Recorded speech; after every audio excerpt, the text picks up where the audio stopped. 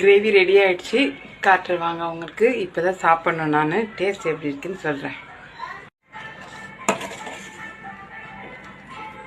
பிரிஞ்சால், மொச்சை, அப்புறம் பொட்டேட்டோ ஒன்று தான் போட்டேன்.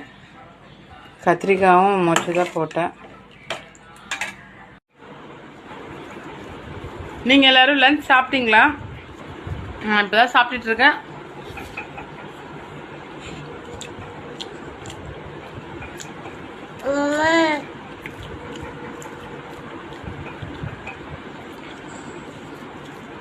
டேஸ்ட் ரொம்ப சூப்பராக இருக்குது.